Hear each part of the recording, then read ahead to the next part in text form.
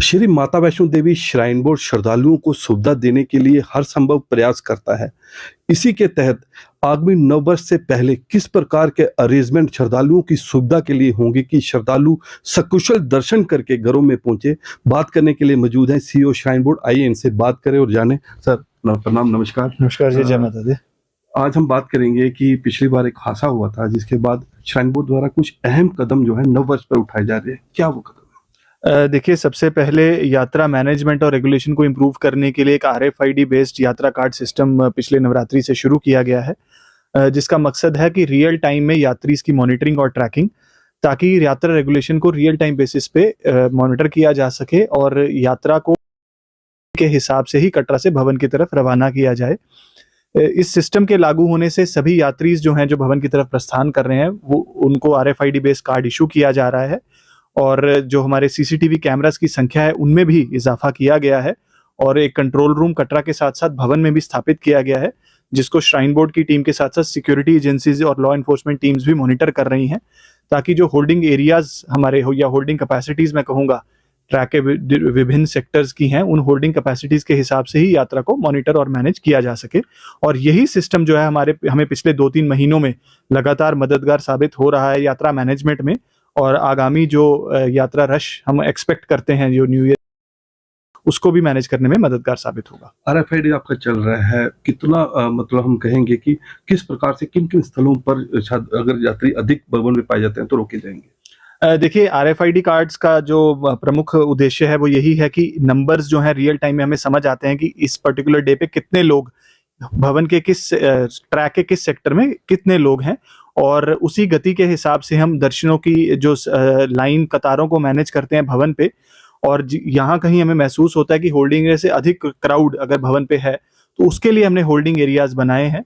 Holding areas Katra से शुरुआत करते हुए सबसे पहले अर्धकुंवारी में हमारा होल्डिंग एरिया रहेगा, जहां पर हमारे डेडिकेटेड एक सीनियर ऑफिसर डिप्लॉयड रहेंगे 30, 31 और 1 के दिन, जो यात्रा को रेगुलेट करेंगे। उसके बाद जो पुराने रास्ते सांझी छत की तरफ जा रहे हैं, तो तकरीबन सांझी छत में एक होल्डिंग एरिया रहेगा, जहां पर हमारे यूनिट हेड जो है यहाँ यात्रा को रेगुलेट करेंगे। इसी प्रकार अगर हम नए रास्ते की बात करें, हिमकोटी मार्ग जिसको हम कहते हैं, तो मनोकामना भवन में भी हमारे एक सीनियर ऑफिसर डिप्लॉयड रहेंगे, जो यात्रा को होल्ड करेंगे अगर ऐसी जरूरत बनती है। एक 4th होल्डिंग एरिया हमारा इस बार दुर्गा भवन का टेरेस रहेगा, जो इस बार जो अंडर कंस्ट्रक्शन हमारी बिल्डिंग है, लेकिन उसके टॉप फ्लोर को कंप्लीट कर लिया गया है एक्सपीडिशियसली। और दुर्गा भवन के टेरेस पे भी तकरीबन 1000 यात्रियों के होल्डिंग कैपेसिटी अवेलेबल हमारे पास रहेगी, ताकि अगर जो दर्शन करते वापस आ रहे श्रद्धालुओं को होल्ड करना पड़े तो उसको वहां पर होल्ड किया जा सकता है। जैसे पिछले साल स्टैम्पेड हुई थी, तो इस बार क्या आने जाने का कुछ विपरीत मार्ग तैयार किया गया है? देखिए, आने और जाने के रास्ते भवन एरियाज में बिल्कुल विभिन्न हैं और इस बार उनको मैन करने के लिए मैन पावर जो है उसकी संख्या में बढ़ोतरी की गई है। श्राइन बोर्ड की भी तकरीबन 25 लोगों की डेडिकेटेड टीम और उसके साथ साथ ही CRP और पुलिस के भी जो डेडिकेटेड टीम्स हैं, उसके हिसाब से भवन में तकरीबन 6 सेक्टर्स बनाए गए हैं और हर एक सेक्टर को मैन करने के लिए 4 लोगों की टीम रहेगी, जो राउंड द क्लॉक उन एरियाज को मॉनिटर करेगी, ताकि आने और जाने का रास्ता जो है उसको सेग्रीगेटेड रखा जाए।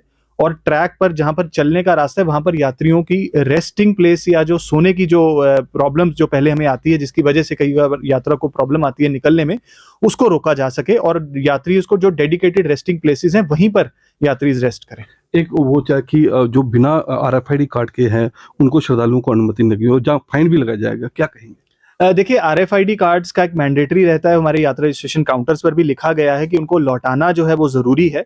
और यात्री किसी भी एग्जिट मार्ग पर, चाहे वो बाणगंगा हो, ताराकोट हो या हेलीपैड हो, उस कार्ड को लौटा सकते हैं।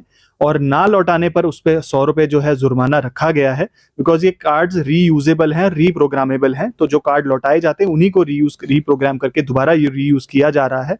तो इस पेनल्टी को इम्पोज करने का उद्देश्य सिर्फ यही था कि कार्ड्स का किसी प्रकार का मिस यूज ना हो और आने वाले यात्रियों को किसी प्रकार की कठिनाई ना हो। दौरान जो है वो अनिवार्य है, क्या कहेंगे?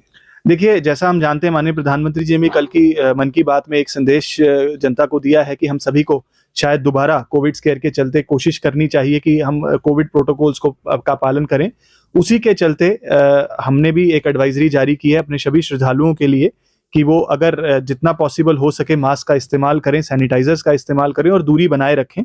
श्राइन बोर्ड का भी सारा स्टाफ जो फील्ड पर डिप्यूटेड है, डिप्लॉयड है, वो मास्क का इस्तेमाल कर रहा है पिछले 2 दिनों से। और जो अटका आरती में बैठ रहे यात्री हैं या श्रद्धालु हैं, उनको भी मास्क प्रोवाइड किया जा रहा है बोर्ड की तरफ से। और मेरी अभी भी आपके जरिए भी यही अपील रहेगी कि हमें कोशिश करनी चाहिए कि जितना भी हो सके गवर्नमेंट ऑफ इंडिया की गाइडलाइंस को हमें स्ट्रिक्टली फॉलो करने की जरूरत है, ताकि आगे आने वाले दिनों में जितने भी श्रद्धालु माता वैष्णो देवी के दर्शनों के लिए आ रहे हैं उनको किसी प्रकार की कठिनाई ना हो। जो श्रद्धालु नवदर्श पर वैष्णो देवी भवन पर नमन के लिए, उन्हें क्या संदेश दें? देखिए, मैं यही एक संदेश हमारे माननीय उपराज्यपाल हमारे अध्यक्ष का देना चाहूंगा सभी श्रद्धालुओं को कि हर साल की तरह इस साल भी श्री माता वैष्णो देवी श्राइन बोर्ड ने सभी सुविधाएं जो यात्रियों की सुविधा के लिए वहां पे अवेलेबल करवाई हैं, मुहैया करवाई हैं।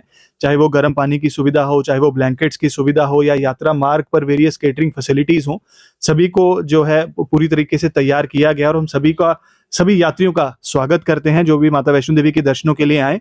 लेकिन एक छोटी सी रिक्वेस्ट हम जरूर करना चाहेंगे कि जितनी भी वो ऑनलाइन सेवाएं जो वो बुक करते हैं वो माता वैष्णो देवी की मोबाइल वेबसाइट या मोबाइल ऐप के जरिए ही बुक करें, और अगर कोई भी फीडबैक हो तो हमारी ऐप या वेबसाइट के जरिए हमारे तक जरूर पहुंचा सकते हैं। ये थे सीओ श्राइन बोर्ड, जिन्होंने वैष्णो देवी भवन पर श्राइन बोर्ड प्रशासन द्वारा नव वर्ष पर किए